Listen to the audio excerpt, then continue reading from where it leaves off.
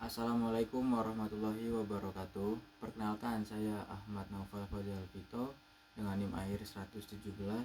Di sini saya akan menyampaikan materi tugas UAS dari mata kuliah perilaku organisasi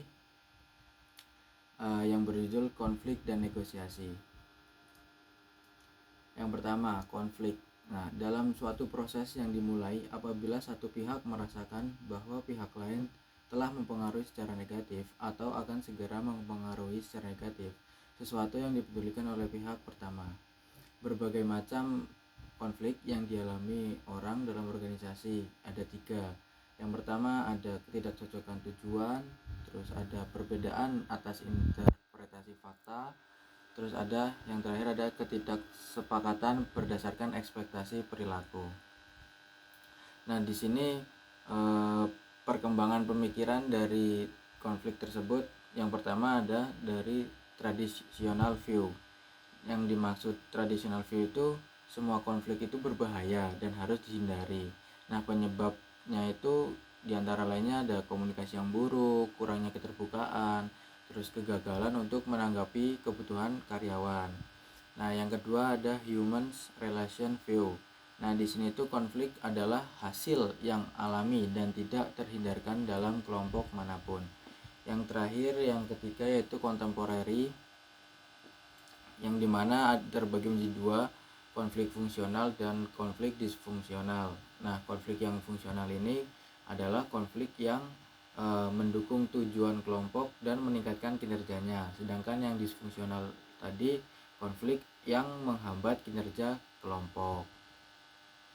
Nah, masuk ke lokus konflik sekarang teman-teman, yaitu yang pertama ada diadik konflik. Konflik yang terjadi antara 2 orang. Nah, terus yang berikutnya ada konflik intragroup, yang dimana konflik ini terjadi dalam kelompok atau tim. Yang berikutnya ada konflik antar kelompok. Nah, konflik ini tuh yang terjadi dalam antar kelompok atau tim yang berbeda. Terus ada 3 jenis konflik ya teman-teman. Nah, di sini tuh ada text konflik, yaitu konflik atas konten dan tujuan pekerjaan. Terus yang kedua ada relationship konflik, yang dimana konflik yang didasarkan pada hubungan interpersonal. Yang ketiga ada proses konflik, merupakan konflik terhadap bagaimana pekerjaan dilakukan.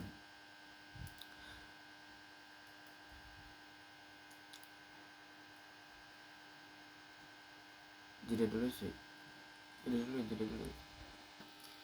Baik, berikutnya saya akan menjelaskan proses konflik. Nah, dalam tahap pertama, konflik itu berpotensi atas pertentangan. Nah, yang mempengaruhi pertentangan itu adalah communication, yang dimana semantik di sini tuh sulit untuk dimengerti. Nah, terus yang kedua ada tahap kedua, yaitu kognisi dan personalisasi. Nah, di sini dibagi menjadi 2 ya teman-teman. Ada persepsi konflik sama konflik yang dirasakan. Yang dimaksud persepsi konflik itu kesadaran oleh satu pihak atau lebih terhadap adanya kondisi yang menciptakan peluang munculnya konflik. Nah, yang tadi konflik yang dirasakan itu adalah keterlibatan emosional dalam konflik yang menciptakan kecemasan, ketegangan, frustasi, atau bahkan bisa menjadi permusuhan. Baik, yang ketiga, tahap ketiga yaitu maksud. Di sini maksud itu merupakan keputusan untuk bertindak dengan cara tertentu. Bisa dengan kerjasama, contohnya mencoba memuaskan kepentingan pihak lain. Terus yang berikutnya ada dengan cara ketegasan. Nah, ketegasan itu kita mencoba untuk memuaskan kepentingan diri kita sendiri itu. Nah, yang keempat, tahap 4 itu adalah perilaku. Tahap ini tuh merupakan proses interaksi yang sangat dinamis ya teman-teman. Jadi kita juga fleksibel gitu, nggak terpaku dalam satu arahan. Nah, terus berikutnya tahap 5 yaitu ada dampak. Nah, dampak di sini tuh dibedakan menjadi 2, Yang pertama functional outcomes atau konsekuensi yang positif.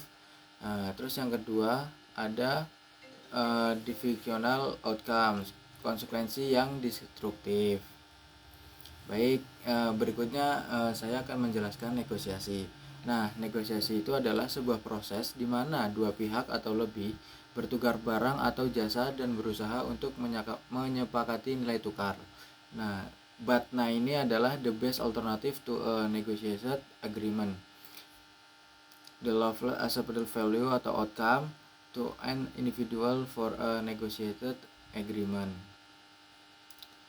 Nah, proses negosiasi tersebut ada langkah-langkahnya ya teman-teman. Yang pertama preparation and planning, yang langkah pertama untuk proses negosiasi. Terus yang kedua ada definition of ground rules. Nah, terus yang ketiga ada clarification and justification. Keempat ada beginning and problem solving. Terus yang terakhir ada closure and implementation. Begitu teman-teman. Nah, setelah tadi proses negosiasi, sekarang perbedaan individu dalam negosiasi. Ada 4. Nah, yang pertama ada personality traits. Yang kedua ada mood atau emotion. Terus ada kultur atau budaya. Terus ada gender difference atau perbedaan gender itu. Nah, negosiasi ini tuh dalam konteks sosial, yang pertama ada faktor sosial ya kan. Nah, meliputi reputasi dan pertemanan, relasi itu hubungan juga.